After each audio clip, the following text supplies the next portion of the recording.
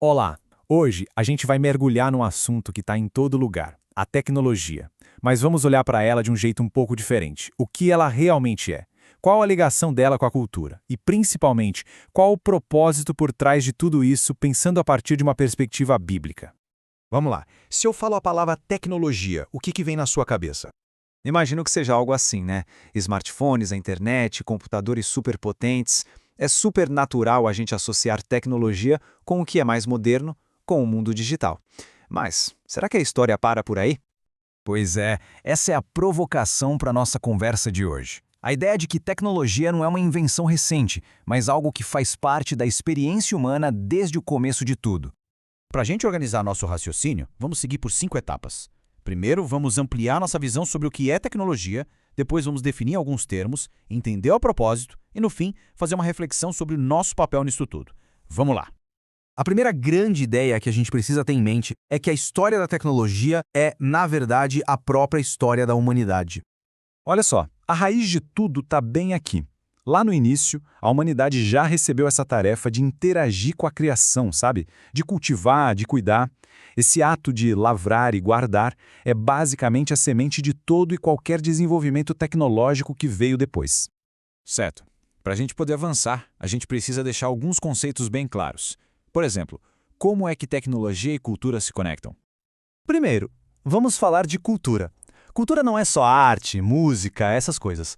Num sentido bem amplo, cultura é tudo aquilo que a humanidade produz quando interage com o mundo que Deus criou. É o resultado dessa interação. E a tecnologia?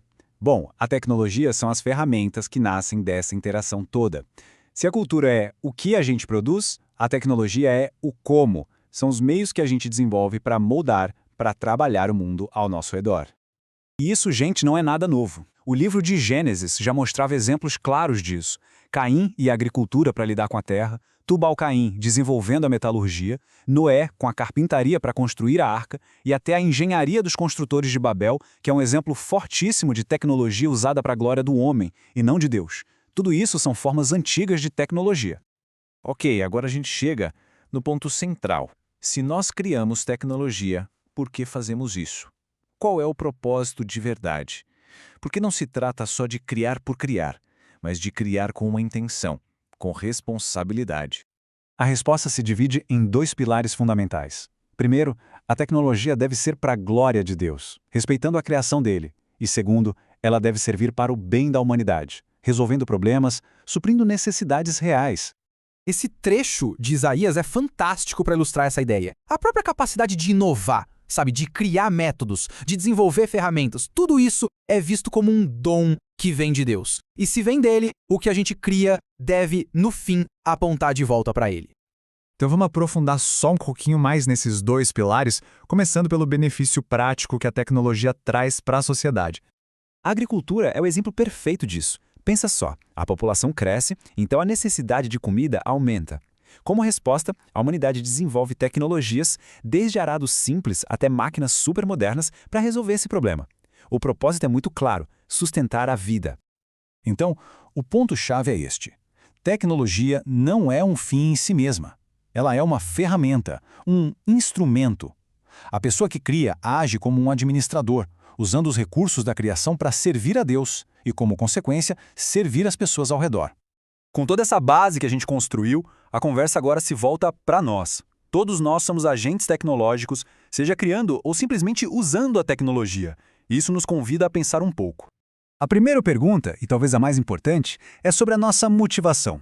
Quando a gente cria, quando a gente trabalha, quando usamos a tecnologia no dia a dia, para quem a gente está fazendo isso?